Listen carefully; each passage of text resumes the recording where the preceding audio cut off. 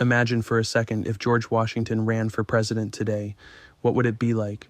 What would he think of the current structure of the country? What kind of policies would he have? How would he run the economy? Well, let me give you a very brief rundown. If George Washington ran for president today, he would look at all the sprawling bureaucracies and infinite departments allocated toward every conceivable area of society and loudly proclaim, "What does any of this have to do with the preservation of life, liberty, and property?" He would run a campaign on the promise of a federal government whose purpose is not to tell you how to live, but to protect your right to live the way you believe is the most appropriate for yourself. He would get rid of the endless regulations on businesses, recognizing that a strong economy is built on the back of a free market, where voluntary exchange reigns supreme, not government intervention.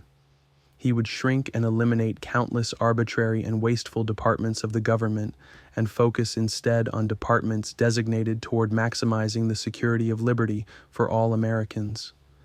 He would prioritize Americans first in his federal defense policies in order to avoid becoming a global police. He would abolish property tax and income tax and using taxation only when fair and appropriate.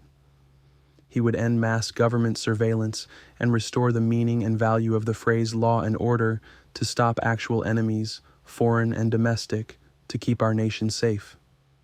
In short, if George Washington were president today, he would usher in an era of unprecedented social freedom, economic flourishing, and national strength, where welfare, poverty, and crime would drop like never before.